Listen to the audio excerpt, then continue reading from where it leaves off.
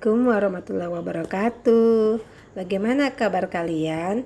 Tentu sehat, bukan? Kita bertemu kembali hari ini dengan semangat baru. Sebelum kita mulai belajar, ada baiknya kita berdoa terlebih dahulu. Berdoa mulai. Berdoa selesai. Hari ini Ibu akan menyampaikan materi tentang faktor-faktor yang memengaruhi sebaran flora dan fauna. Sebelum kita mulai, Ibu akan menyampaikan tujuan pembelajaran pada hari ini. Yang pertama, menjelaskan lapisan biosfer. Yang kedua, menganalisis faktor-faktor yang memengaruhi sebaran flora dan persebaran flora dan fauna. Kalian wajib kenal dulu dengan yang namanya biosfer. Apa itu biosfer? Secara etimologi, biosfer berasal dari kata bio yang berarti hidup dan sphere yang berarti lapisan. Apabila dirangkai, maka artinya menjadi lapisan hidup. Hah? Lapisan hidup? Kok aneh? Iya, tetapi nggak sesederhana itu juga sih anak-anak definisinya. Jika kita perluas, maka biosfer adalah lapisan bumi yang menjadi tempat makhluk hidup seperti manusia, hewan, dan tumbuhan untuk melangsungkan kehidupannya. Yaps, biosfer itu tempat tinggal kita anak-anak. Nah, sebagai makhluk hidup, tentu kita membutuhkan keberadaan daratan, perairan, hingga udara. Begitu pula dengan flora dan fauna. Mereka akan memilih biosfer yang paling sesuai dengan kebutuhan dan kemampuannya untuk bertahan hidup dan beradaptasi. Makanya, flora dan fauna tidak hidup di satu wilayah bumi yang sama. Nah, anak-anak, kalau kalian sudah tahu kan tentang biosfer sekarang, kita coba renungkan bagaimana sikap kita untuk menjaga biosfer ini. Bagaimana dampaknya jika terjadi kerusakan di biosfer ini? Nah, untuk menjawab itu semua, silakan kalian simak penjelasan Ibu ya. Faktor-faktor yang memengaruhi persebaran flora dan fauna. Jadi banyak sekali flora dan fauna yang hidup di bumi. Namun, ada beberapa flora maupun fauna yang hanya bisa ditemui di satu tempat saja. Maksudnya, kalian akan susah bahkan tidak bisa melihat mereka di tempat lainnya. Misalnya nih, beruang kutub.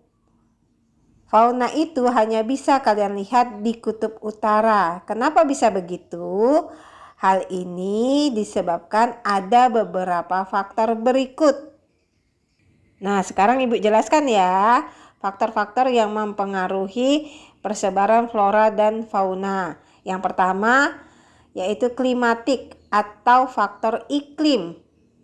Faktor ini adalah faktor yang disebabkan oleh iklim. Sangat berpengaruh pada persebaran flora dan fauna dikarenakan iklim memiliki cakupan terhadap suhu udara, kelembapan udara, angin, dan curah hujan yang penting bagi kehidupan flora dan fauna. Sebagai contoh persebaran flora dan fauna karena faktor klimatik, kita akan bahas tentang suhu udara dan kelembapan udara. Setiap wilayah di bumi memiliki suhu udara yang berbeda, yakni panas dan dingin. Sementara flora dan fauna memiliki persyaratan tertentu untuk lingkungan hidup idealnya. Misalnya, jenis fauna yang ideal ditemui di tempat yang bersuhu dingin diantaranya beruang kutub dan penguin. Sedangkan di tempat bersuhu panas ada unta dan keledai. Kelembapan udara tak kalah penting untuk flora dan fauna. Keberadaan tingkat uap air di udara menjadi sumber pertahanan hidup untuk flora. Kalau kalian perhatikan, pasti ada flora yang bisa hidup di tempat kering seperti kaktus. Namun, ada juga flora yang hanya hidup di tempat yang basah seperti teratai. Nah, terbuktikan faktor klimatik menjadi salah satu yang mempengaruhi persebaran flora dan fauna. Selanjutnya, angin. Angin adalah udara yang berhembus dari tekanan tinggi ke tekanan yang rendah. Dengan bantuan angin bisa menyebarkan bibit-bibit tanaman ke tempat yang baru. Hal itu juga membantu persebarannya. Begitu juga dengan curah hujan. Dengan kondisi curah hujan tertentu, maka makhluk hidup bisa hidup dan bertahan. Faktor yang kedua yaitu faktor edafik atau faktor tanah. Faktor ini merupakan faktor utama juga karena tanah merupakan media tempat tumbuhnya flora. Nah, flora juga pilih-pilih nih sama kondisi tanah tempatnya menetap. Hal ini dikarenakan flora memiliki beberapa kebutuhan untuk membantu pertumbuhannya, seperti harus adanya humus, unsur hara, kandungan air, dan kandungan udara di dalam tanah. Terus gimana dengan fauna? Fauna akan menjadi pemangsa si flora. Ketika flora tumbuh subur, nah, terus gimana dengan fauna? Fauna akan menjadi pemangsa si flora. Ketika flora tumbuh subur, fauna herbivora akan memakannya. Maka fauna akan memilih tempat tinggalnya sesuai dengan kebutuhan makanannya. Kemudian ketika fauna mati, dia akan menjadi unsur-unsur haranya untuk flora itu hidup lagi. Yang ketiga, faktor fisiografi atau topografi. Faktor ini merupakan faktor yang berkaitan dengan relief atau bentuk permukaan bumi. Kalian pasti udah tahu dong bahwa bumi ini tidak sama bentuknya, ada bagian yang lebih tinggi dan lebih rendah. Nah, situasi ini membuat suhu udara di tiap wilayah bumi pun tidak sama. Tempat yang lebih tinggi memiliki suhu udara yang lebih rendah, contohnya wilayah bukit atau pegunungan. Sementara tempat yang lebih rendah, suhu udaranya akan lebih tinggi, seperti wilayah pantai. Jadi kebalikannya. Oleh karena itu, kalian jangan heran jika tidak pernah melihat pohon kelapa di daerah pegunungan. Hal ini dikarenakan pohon kelapa lebih cocok tumbuh di tempat bersuhu tinggi alias panas seperti di wilayah pantai. Hal ini juga berlaku bagi perkebunan teh dan kopi yang hanya kalian temui bila kalian pergi ke wilayah pegunungan. Nah, gimana? Paham kan sekarang? Kita lanjut ya ke nomor 4, yaitu faktor biotik. Adalah faktor yang disebabkan oleh makhluk hidup. Nah, di sini sifat dan perilaku makhluk hidup akan saling berdampak satu sama lain. Misalnya, flora yang memiliki sifat kuat dalam beradaptasi akan menghambat pertumbuhan flora lainnya. Keberadaan fauna seperti cacing juga akan membantu proses penyuburan tanah, sehingga flora bisa tumbuh dengan baik untuk kemudian dimanfaatkan oleh manusia.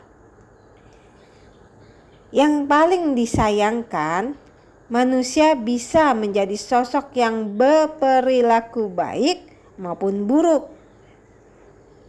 Untuk berperilaku baik, manusia bisa menjadi penyebar flora dan fauna ke berbagai wilayah. Contohnya, ada beberapa fauna yang bukan asli Indonesia, tetapi bisa kita lihat langsung di Indonesia. Nah, itu salah satu faktor biotik akibat manusia yang membuat fauna tersebar ke berbagai wilayah. Sementara perilaku buruknya manusia adalah manusia tidak selalu menjaga kelestarian flora dan fauna. Contohnya nih, penebangan hutan untuk memperluas pertanian, perkebunan, hingga pembangunan infrastruktur. Perilaku tersebut meniadakan flora dan membuat berbagai fauna kehilangan tempat tinggalnya, sehingga harus bermigrasi bahkan mati. Makanya faktor biotik bisa menjadi hal yang mempengaruhi persebaran flora dan fauna.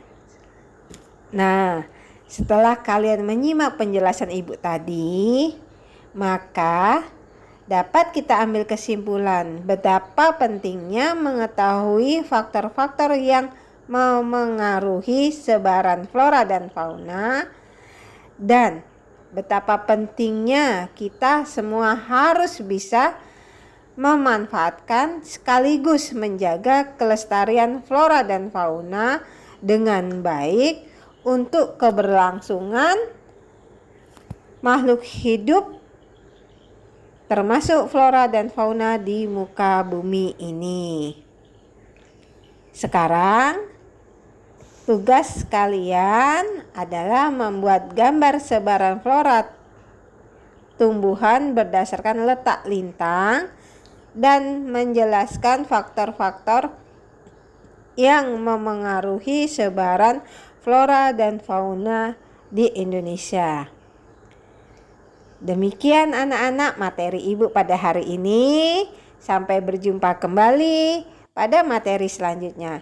Jangan lupa jaga kesehatan dan tetap semangat.